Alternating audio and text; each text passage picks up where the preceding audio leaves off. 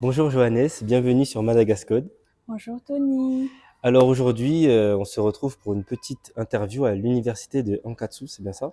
Oui, c'est bien ça. D'accord, tout d'abord, j'aimerais que tu me parles un peu de toi, de ton parcours et de ce qui t'a motivé et poussé à commencer une carrière dans l'informatique. Alors moi, je suis Johannes, étudiante en informatique à Fianarantsoa. Je poursuis maintenant un parcours en master en IA et à part cela, je suis ingénieure de recherche en intelligence artificielle au DIAM ou Laboratoire d'intelligence artificielle de Madagascar. Ce qui m'a poussé à étudier l'informatique à l'université, en fait, je sais pas, en fait, la passion, elle est née de nulle part quand j'étais en classe de sixième. On a fait informatique à l'école et tout d'un coup, le prof, il s'est mis à parler de l'ENI et de tout ça et ça a tout de suite réveillé quelque chose en moi. Et me voilà, étudiante à l'ENI maintenant, Ah, c'est-à-dire depuis la sixième, tu devais avoir quel âge? 11 ans, 12 ans, à peu près. à peu près. Un professeur avait déjà parlé de l'ENI. Et Oui, là, tu étais à Tana encore. Et donc l'ENI était déjà réputé à cette époque-là et il en parlait déjà qu'à l'ENI, on avait des cours avancés d'informatique. Mais c'est super ça. Et donc là, c'était pas encore sur l'IA, j'imagine, parce qu'on parlait pas trop de ça à cette époque. Mais déjà, tu étais intéressé par l'informatique. oui. Et par informatique, c'était plutôt quoi? Est-ce que c'était juste l'informatique en général, aussi réparer des ordinateurs, etc. Ou plutôt tout ce qui était programmation déjà? Ou par informatique, c'était quoi exactement? En fait, à propos de la notoriété de l'ENI, je dirais même qu'à cette époque, puisque on ne prenait que, disons, 40 parmi toutes les personnes qui participent. Et ce qui m'a le plus intéressé, c'était tout ce qui était algorithme. Donc en fait, je dirais que c'est l'informatique générale, puisque l'algorithme, c'est au cœur de... D'accord, d'accord, super. Et donc, à partir de la sixième, tu as commencé à t'intéresser à l'informatique. Est-ce que tu en faisais seulement en cours à l'école ou est-ce que même quand tu étais chez toi, tu avais l'opportunité ou quand tu allais au cybercafé ou n'importe où de continuer à faire un peu d'algorithmie ou un peu d'informatique par-ci par-là, ou tu as dû attendre plusieurs années avant de rejoindre le NI, avant de vraiment pouvoir te verser dans l'algorithme? En fait, il y a fait quelques contraintes. À Madagascar, c'est toujours difficile à propos Bien de sûr, l'élite. bien sûr. Mais c'était en classe de seconde, non, en classe de première que j'ai pu commencer à, soi-disant, exploiter ma passion. J'ai Super. participé à une école de programmation où j'ai eu l'occasion d'apprendre à côté des Super, trucs. super. C'est exactement pour ça qu'on est là, pour montrer l'excellence de certaines personnes. Ça veut dire que depuis le lycée, là, tu as pu commencer déjà à toucher un peu plus et tu avais toujours cette même passion que tu avais quand tu étais petite et donc tu t'es dit, c'est sûr, c'est ce que je veux faire. Ou tu t'es dit un peu, parce qu'il y a beaucoup, la majorité des étudiants ne savent pas vraiment ce qu'ils veulent faire quand ils sont au lycée, ils savent pas trop. Toi, tu savais déjà dans quoi, depuis avant, tu voulais te diriger. Oui, j'étais déjà persuadée que c'était à l'ENI que je Ah, jusqu'à c'était à poursuivrais. l'ENI même, c'était pas dans une autre école, c'était vraiment l'ENI que tu voulais. Oui, Ok. mais à un moment, j'ai eu un doute quand c'était le moment de faire les concours à cause. Toi, comme ça, douté. Mais finalement, Tu j'ai t'es pu. accroché, tu as pu réussir et là tu as le NI, bientôt en master en plus. C'est super, c'est génial. Et au cours de tes années à l'UNI, tu arrivais avec un certain niveau vu que tu commençais déjà un peu l'informatique depuis un moment. Mais est-ce qu'il y a eu un projet qui t'a vraiment fait passer un cap? Un projet au cours, soit en dehors des cours, soit pendant les cours aussi, un projet académique, qui t'a fait vraiment, ce projet peut-être était difficile ou peut-être facile même, mais qui t'a fait passer un cap et t'a fait un peu ouvrir, peut-être ouvert l'esprit ou passer à un autre niveau, un autre niveau. Est-ce que tu as eu un projet comme ça? Est-ce que tu peux nous en parler? En fait, quand je pense à des événements marquants quand j'étais à l'ENI, je dirais que c'était mon stage, Ton mon stage. premier stage. Les étudiants font à partir de la deuxième année et moi, j'ai eu le soutien des proches pour directement plonger dans l'intelligence artificielle si c'est pas censé être quelque chose que le parcours te dit. Et tu as pu directement, ok, super. Donc tu as pu toucher à vraiment ce que tu aimais. Ah oui, c'est-à-dire que avant de commencer ton stage, tu aimais l'informatique, tu as pu développer des jeux, etc. Tu es rentré à l'ENI, mais est-ce que tu aimais déjà tout ce qui touchait à l'intelligence artificielle, ou c'est par ton stage que tu t'es dit, je veux être ingénieur dans l'IA? C'est par ton stage ou c'est avant ça, tu étais déjà dedans? Juste un peu avant mon stage, puisque avant ma passion touchait vraiment à l'algorithmie et j'aimais beaucoup toucher à, comment on dit? J'aimais beaucoup toucher à manipuler le texte. Et puis, il y avait eu l'avènement de ChatGPT qui a pris de l'ampleur en termes de célébrité. En termes de C'est là que renommée, c'est de vraiment renommée. le modèle d'intelligence artificielle qu'il y a partout dans le monde. Même des gens qui sont pas dans l'informatique, qui sont peut-être gestionnaires ou même des kinés, ils peuvent utiliser pour tout le monde, quoi. En gros, tout le monde peut l'utiliser. Je vois. C'était là mon déclic. En fait, je pouvais exploiter ce que je savais faire pour évoluer, faire quelque chose d'un peu plus grand et voilà, Ok. monter d'un cran. Ok. Maintenant, je vais te poser une question. C'est, tu as participé à des concours aussi. Est-ce que tu peux nous parler un peu de comment fonctionnaient les hackathons ou d'autres concours à Madagascar? Est-ce que tu les as fait seul parfois ou tout le temps en équipe? Est-ce qu'il y a eu un concours qui t'a plus marqué que l'autre? Alors, j'aime beaucoup participer surtout en algorithmie même. Ils peuvent se dérouler en équipe ou individuellement. Et la plupart du temps, plutôt pas la plupart du temps, mais les hackathons auxquels j'ai déjà participé, et ceux qui sont organisés par mon organisateur favori, c'est Alcomata. La plupart du temps, ils utilisent une plateforme déjà existante où ils hébergent le sujet. Ok. Et puis, les participants lisent le sujet, codent une solution et essaient ensuite, la plateforme déjà existante, elle compare la sortie que l'algorithme De chaque équipe de chaque équipe a par produit. rapport Oui. à Par rapport à la la solution solution finale. finale. Oui, Oui, c'est ça. tout à Et fait. c'est comme ça On qu'ils sont scorés. détermine. Ok. C'est comme la plupart du temps, c'est comme ça. Enfin, c'est ce que j'ai pu voir. Et j'ai une fois gagné un hackathon avec mon équipe. C'est l'HU, l'hackathon interuniversitaire dans la catégorie algorithme. Mais ce n'est pas celui qui m'a marqué le plus. Ok. Celui qui m'a marqué le plus, en fait, c'est celui que j'ai fait en 2023, je pense.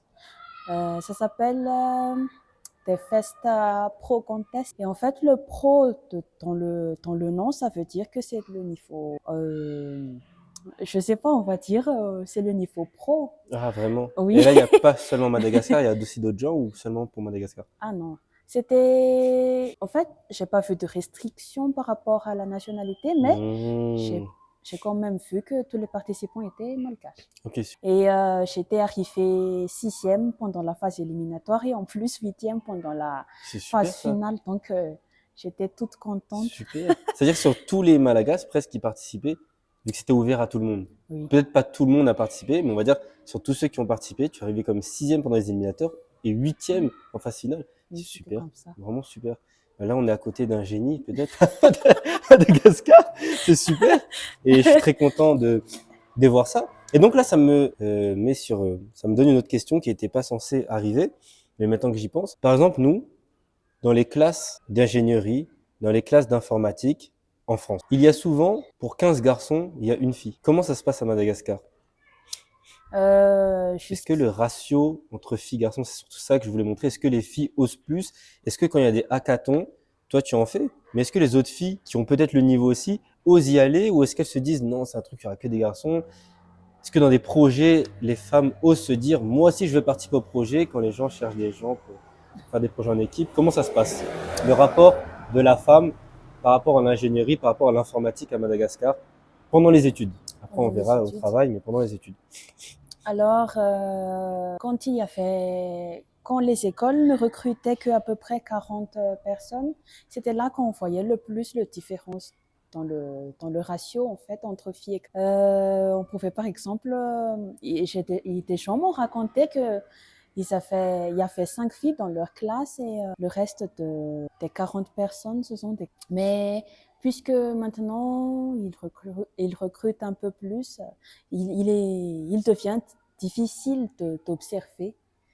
Mais l'écart, il est là, Il il existe encore, existe. mais il y a encore, quand même, on peut voir, par exemple, sur une classe, il y a combien de personnes, par exemple, par classe? On a 120 dans ma classe 120 actuelle. personnes dans C'est une pour classe? ça que c'est difficile pour moi Ah, de juger de comment? juger Ok, le d'accord. ratio. Mais par exemple, imaginons, sur 100 élèves, il pourrait avoir 40 filles ou moins. Je dirais que c'est quand même possible C'est d'avoir possible 40 40. filles? Oui. Ah, déjà, c'est mieux qu'en France. C'est bien déjà, Mais Madagascar ouvre un peu. Mais maintenant, là, c'était les études. Est-ce que tu connais un peu? Est-ce que tu connais des gens qui travaillent déjà? Est-ce que tu pourrais nous parler? C'est pas le thème d'aujourd'hui, mais c'est une question qui vient.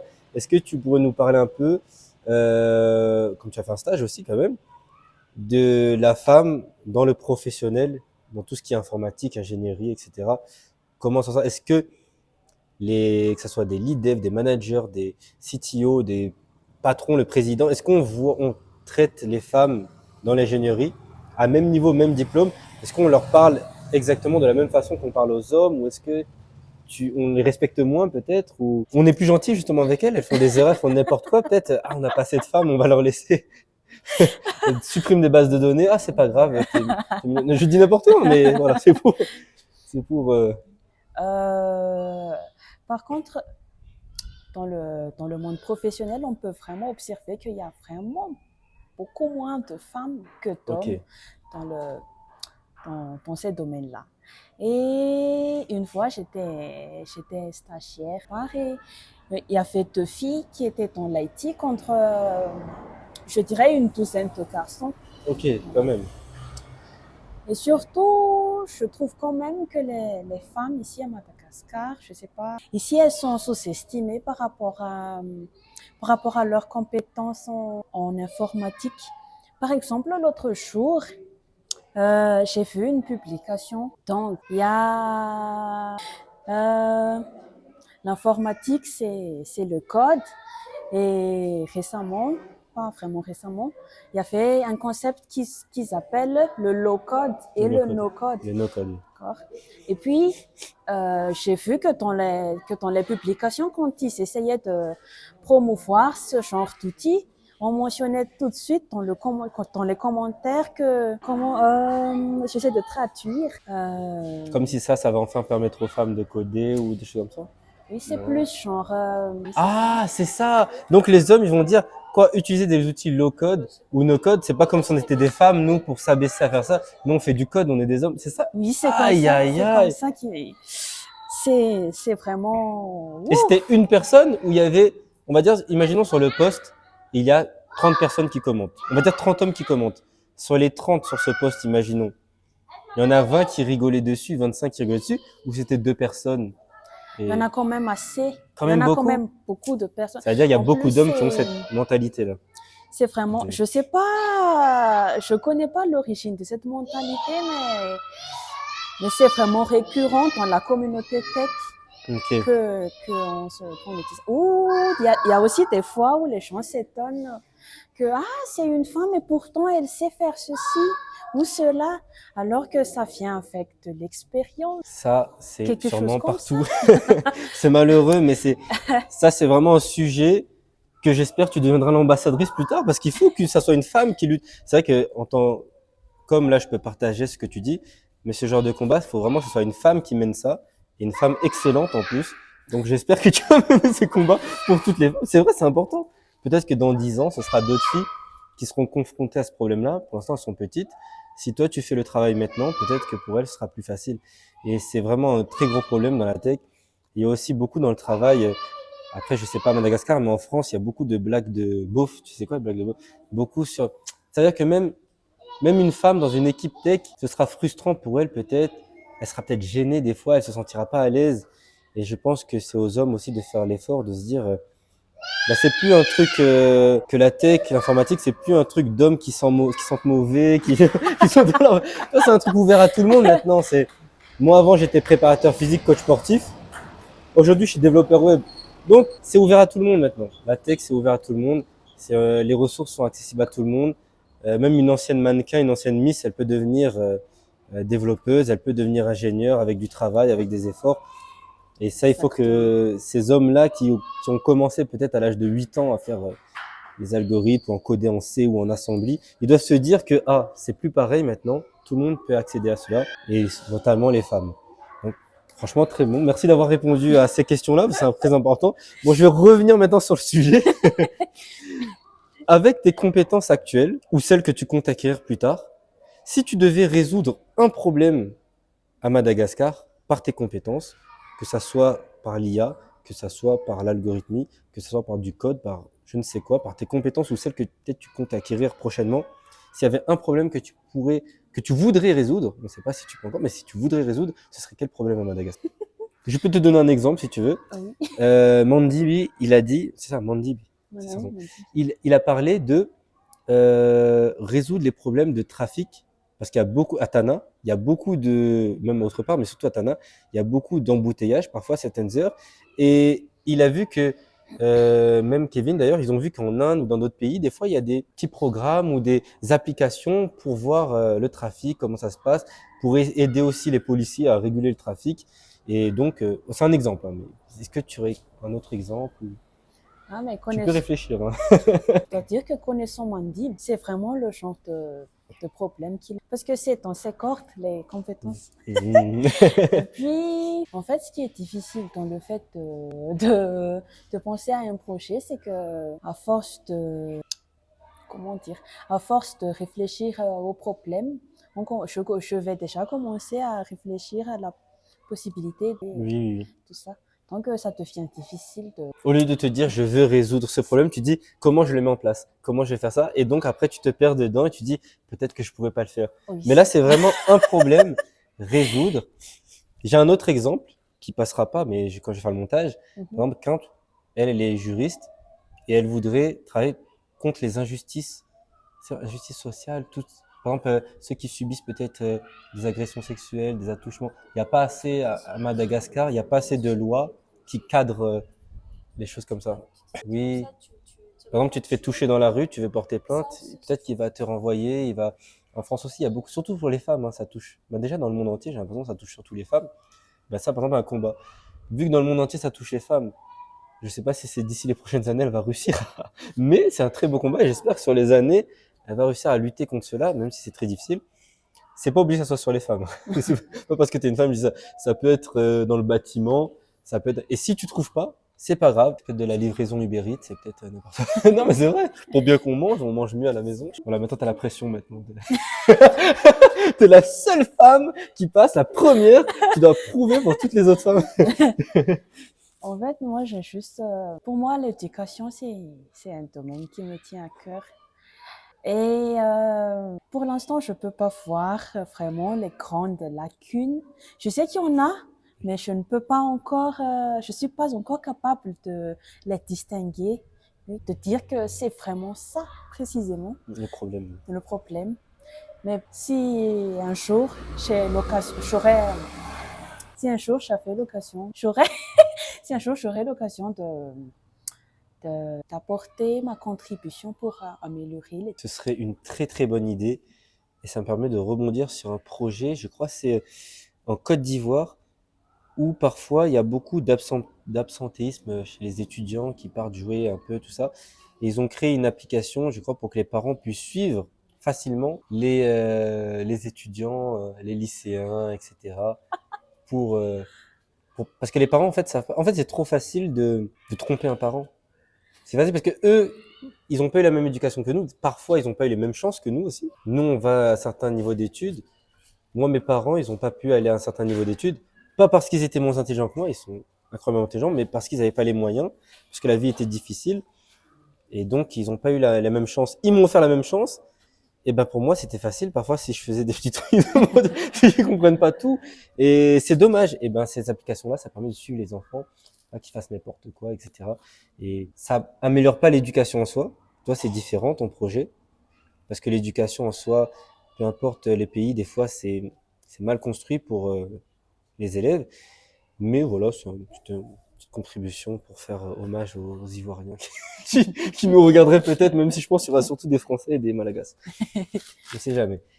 Et alors, prochaine question aussi, très importante, c'est là, tu vas passer en master, mais est-ce que avant ton diplôme ou après ton diplôme, quels sont tes objectifs? Est-ce que tu as seulement pour objectif de valider ton master là, ou tu as pour objectif aussi de faire un peu comme de l'alternance, si l'école est d'accord et l'entreprise est d'accord, du freelancing peut-être, ou même, pardon, excuse-moi, même si tu as l'opportunité d'avoir des stages à l'étranger, saisir ces stages à l'étranger, tu te vois quoi faire ces prochaines années-là?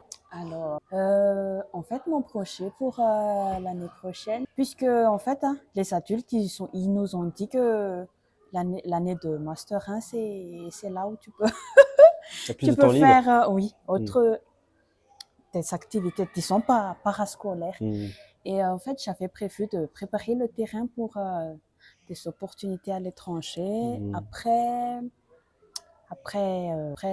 le master 2 ou même le plus tôt possible si j'en trouve. Et pour ce faire, C'est pas grave, c'est pas grave comme je non, dis. c'est pas ça, mais en fait, hein, dans le côté professionnel, acheter ou non, parce que l'année dernière, mon cerveau, il en a vraiment pris un coup. Hmm. Et donc, je voudrais un peu diminuer la pression cette année, Hmm. mais je ne voudrais pas exclure les Cette opportunités opportunité-là, oui. venant de que j'obtiendrai. Oui. Donc, je ne sais pas comment jauger la motivation et le Hmm. truc. Hmm. Non, mais c'est sûr que tu pourrais toucher déjà à l'étranger. Pourquoi? Parce que moi, c'est différent. Moi, même si je suis à l'étranger, je suis de France, je m'intéressais à Madagascar. Donc, j'ai pu tomber sur ton poste, que tu avais fait l'hackathon, tu avais gagné avec ton équipe, etc. J'ai pu tomber dessus, mais moi, c'est un peu faussé parce que moi, je m'intéresse à Madagascar. Donc, il y a plein de gars, des fois, qui font des choses et qui s'affichent. Mais je pense que si tu as réussi à toucher quelqu'un qui vient de France, qui s'intéresse, peut-être qu'en multipliant des projets, des concours, en gagnant en visibilité, tu pourrais toucher aussi d'autres personnes, peut-être qui s'intéressent pas aussi, mais qui vont s'intéresser à l'informatique en général, pas forcément à Madagascar, et qui vont tomber sur ton profil, qui seront peut-être intéressés, peut-être d'Afrique du Sud, d'Europe. Il y a quoi encore je crois au Rwanda aussi, ils sont forts. Côte Oui. d'Ivoire. Au Ouais. Maroc. Au Maroc, ils sont très forts. En plus, Oh. souvent, quand tu vas au Maroc, après, ça t'ouvre sur le monde parce que les Marocains, ils sont très bons. Bon, si tu as le Canada, ben là, c'est le Saint Graal, parce que les États-Unis, là, laisse tomber. Ben, si tu réussis là, ben, tu as tout gagné. Et c'est toi, tu me fais des interviews pour que je gagne après ta visibilité. Wow. Mais je pense que vraiment, c'est vrai que ce serait de bonnes opportunités. Et donc là, j'ai deux autres questions qui sont venues là. C'est quelle place accordes-tu au marketing et aussi aux compétences de vendre ses compétences et de la vente de son image, vendre son image. Parce que il y a beaucoup de gens qui sont très bons en ingénierie, développement web, développement logiciel, voilà, jeux vidéo, etc., etc. Mais ils restent un peu dans leur chambre, ils font des petits trucs. Il y en a, ils sont moins bons, ils se vendent bien sur LinkedIn, ils se vendent bien sur les réseaux et ils ont plein d'opportunités. Alors, à quelle place, à quel niveau accordes-tu ben, le marketing de soi, le marketing? Est-ce que tu arrives à te vendre? Est-ce que tu arrives à gagner en visibilité, à te faire du réseau avec des gens qui ont quand même des opportunités à donner? Comment ça se passe? Le marketing et tout ce qui est lié à derrière, c'est aussi important que les techniques, Technique. puisque l'un ne devrait pas aller sans l'autre si on veut accomplir des grandes choses, et je mets Exactement. ça entre C'est vrai. guillemets. C'est vrai. Bien sûr, qui ne veut pas accomplir des grandes choses, même si grande chose, ça dépend de la définition de grande chose pour chacun. Mais bien sûr, l'un ne servira pas, l'un ne serait pas à son plein potentiel sans Sans l'autre. l'autre. Tout à fait. Voilà, C'est ça très c'est bien mon résumé. avis. Euh, Par exemple, moi, j'ai eu l'occasion de me faire, moi, j'ai eu l'occasion de me faire repérer par quelqu'un réunionnais. Un Réunionnais, ok. Oui. Et c'est comme ça que j'ai décroché mon premier contrat. Donc, tu as pu, donc même quelqu'un qui s'intéressait peut-être pas forcément à Madagascar, mais à la tech en général, t'as trouvé quand même. C'est-à-dire que tu as réussi à toucher des étrangers. Oui. Ils s'intéressaient à Madagascar ou ils s'intéressaient pas trop? Non, moi, je dirais que oui, il s'intéressait un peu à Ah, Madagascar. quand même un peu. C'est bien, ça veut dire que tu as réussi à toucher l'étranger déjà, les étrangers déjà. Et bah, c'est super ça, tu peux continuer comme ça. Donc tu sais comment travailler ton image, euh, tu sais comment toucher les gens, tu as déjà eu la visibilité via les concours. Tu arrives huitième au final en plus d'un concours qui touche quasiment tout Madagascar, sixième aux éliminatoires, tu gagnes un concours avec ton équipe, tu as fait beaucoup de choses. Après, le marketing de soi, c'est aussi la volonté de soi d'aller peut-être dans des événements, de partager sur LinkedIn, de faire du réseau. Ça aussi, tu arrives à le faire ou c'est pas trop ton truc encore? Euh, En fait, je dirais que je suis mal placée pour juger de mes propres compétences. Alors, je mesure plutôt par rapport aux opportunités Hmm. mais quand même, je dois admettre que ça fait déjà un an que j'essaie de travailler mon profil Dessus. LinkedIn. Donc, Hmm. je pense que j'aurais appris des choses depuis le temps. Ok, Voilà. super, super. J'en viendrai à ma dernière question. Tu nous as parlé de ton parcours, tu nous as parlé de la visibilité que tu as obtenue via tes efforts, via ton excellence et via tes projets réussis, les concours réussis. Si jamais tu avais cette opportunité d'aller à l'étranger et d'obtenir de là-bas, ben, ensuite après un stage, un travail, etc., etc., aurais-tu toujours dans ta tête un objectif de revenir à Madagascar, participer au développement, ou est-ce que dans ta tête, ce serait le rêve, le Saint Graal serait d'aller aux États-Unis ensuite, devenir vraiment travailler, je sais pas, chez Apple ou avoir des gros contrats de freelance, parce que là-bas, freelancing, c'est même pas comme en France, hein, c'est 400 000 dollars l'année ou tout comme ça. Donc, ça fait rêver. Oui, bien Mais sûr. moi, on me propose ça. Je sais pas si j'ai le niveau, là, je pense pas. Je appelle ça, mais je dirais pas non. Même si je parle beaucoup d'Afrique, là, 400 000 l'année, là, je dirais pas non. Mais il faut comme, est-ce qu'il y a, dans ta tête, il y a toujours ce truc de se dire que il y a du potentiel à Madagascar. Il faudrait que un jour je revienne ou que je fasse quelque chose de loin ou quelque chose comme ça. Ou si tu partais à l'étranger, là, il y a une opportunité. Tu partirais pour toi, je pars pour réussir. Oui, comme tout le monde. Mais est-ce que je pars pour réussir pour revenir ou je pars pour réussir pour vraiment grandir là? Hmm. Euh, En fait, le truc, c'est que j'ai récemment lu un article. Non, non, non, ça c'est mentir. J'ai pas lu d'article. C'est pas grave. C'est pas un article, mais c'était la fille de quelqu'un sur les réseaux sociaux qui dit que on dirait que Madagascar c'est déjà un cadre et que juste quand on durant les élections et les trucs où l'activité ou une action du peuple est requise. C'est juste pour, on va dire qu'on n'a rien à perdre, on va juste essayer au cas où ça pourrait. C'est bien dit. Donc, ce serait difficile pour moi d'oublier mes origines quand même, même si je suis pas très comme ça dans ma façon de vivre, dans ma philosophie et tout ça. Mmh. Pas trop, Mmh. mais quand même, peut-être que j'essaierai de.